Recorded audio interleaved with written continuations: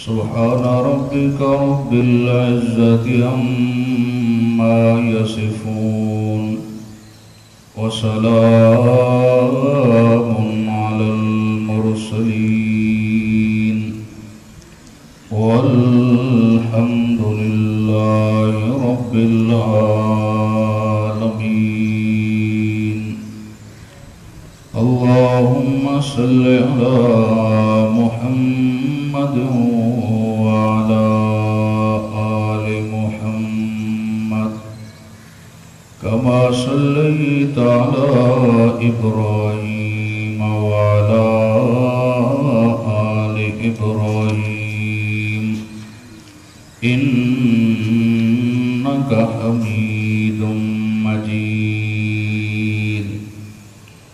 اللهم بارك على محمد وعلى آل محمد كما باركت على إبراهيم وعلى آل إبراهيم إنك حميد مجيد.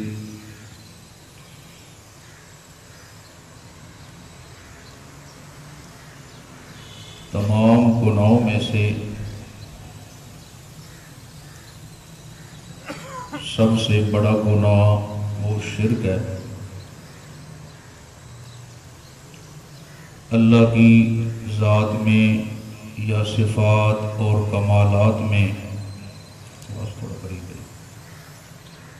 مخلوق کے کسی بھی فرد کو شریک ماننا اور ساجی ماننا، اسی کا نام شرک ہے. اگر عقیدہ یہ رکھا جائے جس طرح عیسائیوں نے رکھا کہ نعوذ باللہ اللہ حضرت عیسیٰ علیہ السلام میں حلول کر گیا ہے، تب بھی اللہ نے، اور اگر یہ عقیدہ بنایا جائے کہ اللہ تین میں سے تیسرا ہے، ان اللہ ثالث ثلاثہ، ایک خود اللہ الہ ہے، دوسرا حضرت عیسیٰ علیہ السلام، تیسرا بی بی مریم، تو اللہ نے ایسے لوگوں پہ بھی کفر کا فتویٰ لگایا ہے. ما من الہ الا الہ واحد. وہ یہ بتانا چاہتا ہے کہ تمہارا الہ مشکل کشا حاجت روا فقط کون ہے. آج بہت بڑا ایک دھوکہ دیا جاتا ہے سادی عوام کو کہ مکے کے جو مشرکین تھے ان کا اور میرے نبی رحمت کائنات صلی اللہ علیہ وسلم کا جھگڑا جو تھا وہ اللہ کی ذات کو ماننے میں تھا کہ وہ اللہ کا انکار کرتے تھے اور میرا نبی کہتے تھے کہ یہ مانو کہ اللہ الہ ہے، جبکہ قرآن گواہ ہے وہ اللہ کو بھی مانتے تھے، اللہ کی صفات کو بھی مانتے تھے. اللہ کو مانتے تھے تبھی تو اپنے بیٹوں کے نام عبداللہ رکھتے تھے. اللہ کا بندہ بیت اللہ سے جو ان کو محبت تھی اسی وجہ سے تھی کہ بیت اللہ یہ کس کا گھر ہے، اس کی صفائی کو ثواب سمجھتے، حتیٰ کہ حاجیوں کو ستو پلاتے، سارا سال دیسی گھی جمع کر کے حجاج کو چوری بنا کے پیش کرتے اور ان کو مشروبات اور شہد والا شربت پیش کرتے. اور بعض اس حد تک محبت میں پہنچ چکے تھے کہ داڑھی کے بالوں سے بیت اللہ کی صفائی کرتے. تو یہ کون عقل مند یہ کہہ سکتا ہے کہ وہ اللہ کو نہیں مانتے تھے؟ اللہ کو مانتے تھے، بیت اللہ کو مانتے تھے، اللہ کے اوصاف کمالات کو مانتے تھے. اصل جھگڑا کیا تھا، اگر یہ سمجھ آ جائے، آج موجودہ دور میں توحید اور شرک کو سمجھنا بڑا آسان ہو جائے گا۔ اصل منبر و محراب سے اس مسئلے کی حقیقت اس وجہ سے واضح نہیں کی جاتی کہ اگر ہم مشرکین مکہ کا شرک بتائیں گے تو اس سے زیادہ مشرک تو ہم ہیں، لوگ ہم سے نفرت کریں گے۔ اسی وجہ سے کچھ مخصوص طبقے نے شرک اور توحید کو ایسا گڈ مڈ کر دیا، عام سادے بندے کے سمجھ سے یہ بات بالا تر ہو گئی اور وہ اسی دھن کا شکار ہو گیا کہ وہ اللہ کو نہیں مانتے تھے، اور جس نے ایک بار پڑھ لیا ہے لا الہ الا اللہ محمد الرسول اللہ، اسے جنت مل جائے گی۔ میرا بھائی، فقط زبانی پڑھنے سے جنت نہیں ملے گی جب تک اسے سمجھ کے نہیں پڑے گا کہ کلمہ کیا چاہتا ہے، اس کے اندر اللہ کیا نفی کروا رہے ہیں اور کس چیز کا اثبات کروا رہے ہیں۔ جب سمجھ کے پڑے گا کہ لا الہ، اس دھرتی میں کوئی نبی ولی چھوٹا بڑا الہ بننے کے لائق نہیں ہے، الہ اور مشکل کشا فقط کون ہے؟ الا اللہ، فقط اللہ ہی کی ذات ہے۔ اس یہ کس نے مسئلہ سمجھایا ہے؟ محمد الرسول اللہ، جو کہ اللہ کے بہت بڑے رسول ہے اور عظیم الشان رسول ہے۔ تو گویا یہ تمہید آپ کے ذہن میں رہے کہ مکے کا مشرک اللہ کو بھی مانتا تھا، اللہ کی صفات کو بھی مانتا تھا۔ اب جھگڑا کیا تھا میرے نبی میں اور ان میں؟ بجائے کہ میں ابتدا سے اس جھگڑے کی طرف جاؤں، پہلے میں اس پہ آپ کو تائید قرآن دکھانا چاہتا ہوں تاکہ یہ بات آپ کے ذہنوں سے بالکل اشکال ختم ہو جائے کہ وہ اللہ کو مانتے تھے کہ نہیں مانتے تھے۔ تھوڑی آپ تکلیف کریں گے۔ سورۃ یونس ہے، 11واں پارہ ہے، آیت کریمہ کا نمبر 31 ہے۔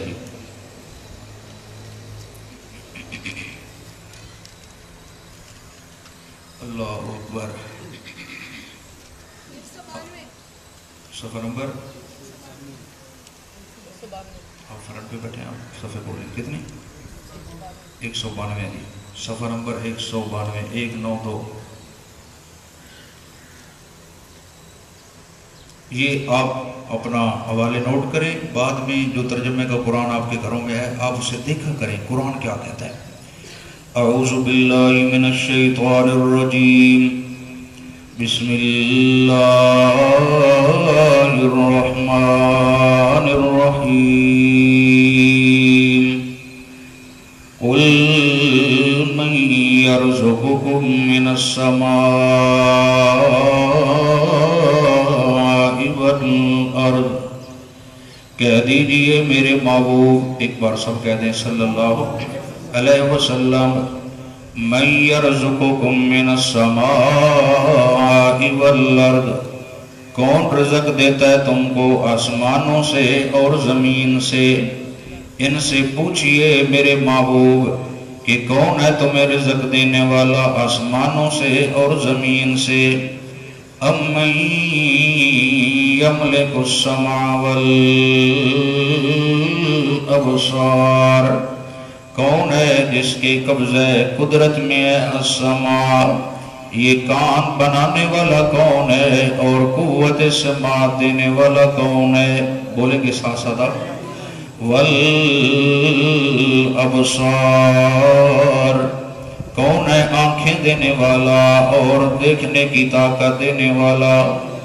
وَمَن يُخْرِجُ الْحَيَّ مِنَ الْمَيِّتِ، اور کون ہے نکالتا ہے جو زندہ کو مردہ سے؟ وَيُخْرِجُ الْمَيِّتَ مِنَ الْحَيِّ، اور کون نکالتا ہے مردہ کو زندہ سے؟ وَمَن يُدَبِّرُ الْأَمْرَ، اور کون ہے کائنات کی تدبیریں کرنے والا، معاملات حل کرنے والا؟ فَسَيَقُولُونَ اللَّهُ، تو میرے محبوب یہ سارے آپ کے دشمن بھی بول اٹھیں گے، یہ سارے کام کرنے والا کون ہے؟ بولو کون ہے؟ اسے کہتے ہیں دلیل عقلی علی سبیل الاعتراف من الخصم، ایسی دلیل جس کو مد مقابل بھی ماننے پہ مجبور ہو جائے۔ پھر خلاصہ سنیں، جب مشرکین مکہ سے پوچھا جاتا آسمان و زمین سے رزق دینے والا کون، تو کیا کہتے تھے؟ کون ہے؟ اللہ۔ اور تمہیں کان دینے والا، سننے کی طاقت دینے والا کون ہے؟ اللہ۔ اور آنکھیں دینے والا اور دیکھنے کی طاقت دینے والا کون ہے؟ زندہ کو مردہ سے، مردہ کو زندہ سے نکالنے والا کون ہے؟ انڈا جو ہے یہ بے جان ہے، جاندار مرغی میں سے انڈا نکالنے والا اللہ، پھر اسی بے جان انڈے میں سے چوزا نکالنے والا بھی کون ہے؟ نطفہ بے جان ہے، اسی میں سے پھر جاندار انسان بنانے والا کون ہے؟ وَمَن يُدَبِّرُ یہ کائنات کی جتنی تدبیریں، جتنی تصویریں، جتنی تقدیریں، جتنی تحریریں تمہیں نظر آ رہی ہے، یہ سارے بنانے والا کون ہے؟ فَسَيَقُولُونَ اللَّهُ، تو بول اٹھیں گے یہ سب کام کرنے والا کون ہے؟ فَقُلْ، میرا محبوب اعلان فرما دے، افلا تتقون، اگر ایسا ہی ہے تو پھر کیوں نہیں ڈرتے، شرک کیوں نہیں چھوڑتے؟ اگلی آیت بھی سن لینا، فَذَلِكُمُ اللَّهُ رَبُّكُمُ الْحَقَّ، یہی اللہ، یہی گزشتہ اوصاف کمالات کا مالک، یہی اللہ، یہی رب ہے تمہارا حقیقت میں۔ فَمَا بَعْدَ الْحَقِّ إِلَّا الضَّلَالَ، پھر کیا رہ گیا ہے حق کے بعد سوائے گمراہی کے؟ فَأَنَّا تُصْرَفُونَ، اتنے بڑے حق والے کا دروازہ چھوڑ کے اوروں کی طرف کیوں جا رہے ہو؟ جب سب کمالات کا مالک اللہ ہے تو عبادت کے لائق بھی خالص کون ہے؟ اب اتنی بات سمجھ آ گئی کہ اللہ کی صفتوں کو مانتے تھے کہ نہیں مانتے تھے؟ بولو نا بھائی، مانتے تھے۔ اب تھوڑا سا یہ سماعت فرما لیں کہ جھگڑا کیا تھا یار، آخر اتنی باتیں ماننے کے باوجود وہ مشرک کیوں قرار دیے گئے؟ سب کچھ کہہ رہے ہیں، سب کچھ مان رہے ہیں، پھر آقا فرماتے ہیں کہ تمہارے اندر شرک ہے اور تمہارا کوئی عمل قبول نہیں ہے۔ اب اسی صورت میں پیچھے تھوڑا سا آئیں، ایک دو ورق پلٹائیں اور آیت کریمہ کا نمبر 18 دیکھ لیں، صفحہ بتائیں، 190، آیت نمبر 18 اسی سورۃ یونس کی۔ اس میں محل نزاع بتایا گیا کہ جھگڑا کیا تھا۔ بڑی ضمانت دیانت سے سماعت فرمائیں، میں بھی اللہ کی رضا کے لیے سنا رہا ہوں، اللہ مجھے توفیق عطا کرے، پھر صحیح بات سمجھ کے اللہ ہم سب کو عمل کی توفیق عطا کرے۔ چلیں جناب، فرمایا وَيَعْبُدُونَ مِن دُونِ اللَّهِ، اور وہ عبادت کرتے ہیں اللہ کے علاوہ، مَا لَا يَضُرُّهُمْ، ان کی جو انہیں نہ تکلیف سے بچا سکتے ہیں، وَلَا يَنْفَعُهُمْ، نہ انہیں وہ نفع دے سکتے ہیں۔ جب ان کو کہا جائے یہ لات، یہ منات، یہ عزا حبل، ان کے آگے سجدے کیوں کرتے ہو، انہیں کیوں غیبانہ پکارتے ہو، ان کے نام کی نظر و نیاز کیوں دیتے ہو؟ توجہ چاہتا ہوں، آگے سے مشرکین مکہ کیا کہتے ہیں؟ وَيَقُولُونَ، آگے سے وہ کہتے تھے ہَؤُلَاءِ شُفَعَاؤُنَا عِندَ اللَّهِ، کہ یہ تو ہمارے اللہ کے ہاں سفارشی ہیں، ہماری اللہ ڈائریکٹ سنتا نہیں، نعوذ باللہ ان کی موڑتا نہیں، ہم ان سے گزارش کرتے ہیں اور یہ اللہ سے ہمیں کام کر کے دلوا دیتے ہیں۔ محترم سامعین، یہ تھا مشرکین مکہ کا عقیدہ کہ ہماری ڈائریکٹ سنتا نہیں، ان کی موڑتا۔ تو آج کیا ہوتا ہے؟ آج بھی تو یہی ہے، کیوں جا رہے ہو دربار و مزار پہ؟ جی ہماری ڈائریکٹ سنتا نہیں، ہم بڑے گناہگار ہیں، وہ پہنچی ہوئی سرکاریں ہیں، وہ بیٹا بیٹی دیں گے، نہیں نہیں وہ نہیں دیتے، دیتا اللہ ہی ہے، لیکن وہ ہمیں جناب اللہ سے ملا دیتے ہیں اور وہ ملا لے کے دے دیتے ہیں۔ قُلْ أَتُنَبِّئُونَ اللَّهَ، میرا محبوب اعلان فرما دو، کیا تم خبر دینا چاہتے ہو اللہ کو؟ بِمَا لَا يَعْلَمُ مَنْ بِمَا لَا يَعْلَمُ فِي السَّمَاوَاتِ وَلَا فِي الْأَرْضِ، اس کی جو اسے معلوم بھی نہیں ہے آسمان و زمین میں۔ کیا مطلب؟ تم تو یہ سفارشی بنا رہے ہو، اس کے شریک بنا رہے ہو، اس نے تو اپنا کوئی شریک بنائے ہی نہیں ہے، ایسی بات کر رہے ہو جو بالکل انہونی ہے۔ سبحانہ میرا اللہ ان تمام سفارشیوں سے، شریکوں سے، ان تمام درمیان کے واسطوں وسیلوں سے پاک ہے۔ وَتَعَالَى عَمَّا يُشْرِكُونَ، اور میرا اللہ بلند و بالا ہے اس سے جو تم یہ شریک ٹھہرا رہے ہو۔ سمجھ رہے ہو کہ نہیں؟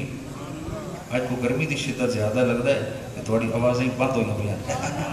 خیر خیر کوئی نہیں، نہ بھی بولو، میں تو بولنا جو ہے۔ چلو تسی اتنے بھی شفقت جڑے تسی بیٹھے ہو، وہ صرف سر ماری رکھو بگل ٹھیک ہے جی، وچ بولن لگا تو دس دے۔ یہ ایک اور حوالہ نکالے جی،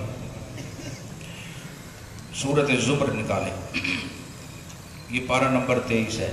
آج تھوڑی سی گرمی زیادہ ہے، آج روزے داراں نوں لگدا روزہ لگا ہے، آج ہی دسل گناہ معاف ہو جائیں گے انشاءاللہ۔ تھوڑی جے تو سجنے طرف پی چڑھ دی ہے، موڑی بسٹن چاساں دی محبت ودی بتائیں۔ اللہ تعالیٰ آزمائشوں سے بچائے اور یہ ٹوٹے پھوٹے عمل قبول فرما لے۔ یہ سورۃ زمر ہے، 23واں پارہ ہے، آیت کریمہ کا نمبر 3 ہے جی، 413 413۔ اللہ اللہ اللہ